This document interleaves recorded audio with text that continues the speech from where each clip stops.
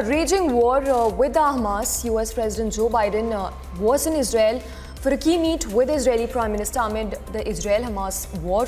Biden spoke with Netanyahu on the current situation and expressed complete support over the attack. Here's a report.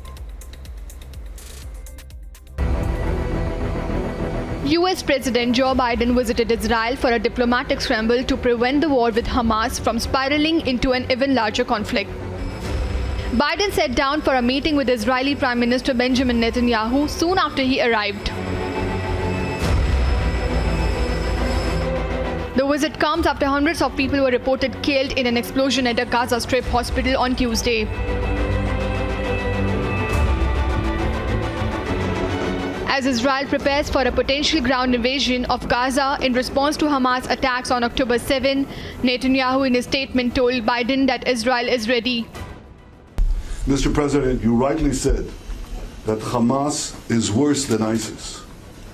The German Chancellor, who visited here yesterday, said that Hamas were the new Nazis. You're both right. And just as the civilized world united to defeat the Nazis and united to defeat ISIS, the civilized world must unite to defeat Hamas. I can assure you, Mr. President, Israel is united to defeat Hamas. And we will defeat Hamas and remove this terrible threat from our lives. The forces of civilization will prevail for our sake, for your sake, for peace and security in our region and in the world. Mr. President, for the people of Israel, there's only one thing better than having a true friend like you standing with Israel, and that is having you standing in Israel. Your visit here is the first visit of an American president in Israel at a time of war. It is deeply, deeply moving. It speaks to the depth of your personal commitment to Israel. It speaks to the depth of your personal commitment to the future of the Jewish people and the one and only Jewish state. So I know I speak for all the people of Israel when I say, thank you, Mr. President. Biden in return expressed complete support to Israel. Biden even said that it appears that Gaza hospital blast was done by the other team, not you. I was deeply saddened and outraged by the explosion at the hospital in Gaza yesterday. And based on what I've seen, it appears as though it was done by the other team, not you. But there's a lot of people out there not sure. So we've got to overcome a lot of things. In another briefing amid war, Biden urged Israelis not to be victimized by Hamas attacks.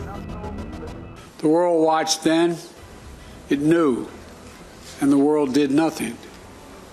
We will not stand by and do nothing again. Not today, not tomorrow, not ever. To those who are living in limbo, waiting desperately to learn the fate of a loved one, especially to families of the hostages, you're not alone. We're working with partners throughout the region, pursuing every avenue to bring home those who are being held captive by Hamas. I can't speak publicly about all the details, but let me assure you, for me, as the American president, there's no higher priority than the release and safe return of all these hostages. Netanyahu thanked Biden for his constant support during such time.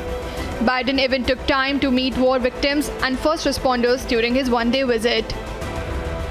While Biden announced before wrapping up the visit that Israel has allowed aid to Gaza via Egypt corridor, the people of Gaza need food, water, medicine, shelter.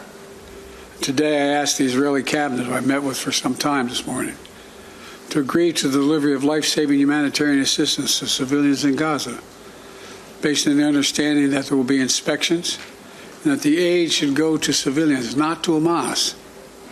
Israel agreed the humanitarian assistance can begin to move from Egypt to Gaza. But let me be clear, if Hamas diverts or steals the assistance, they will have demonstrated once again that they have no concern for the welfare of the Palestinian people. And it will end. As a practical matter, it will stop the international community from being able to provide this aid. Israel made it very clear that it won't allow any humanitarian aid via Israel-Gaza border until and unless Hamas releases hostages. On humanitarian grounds, Biden has also announced relief aid of worth $100 million for civilians in Gaza.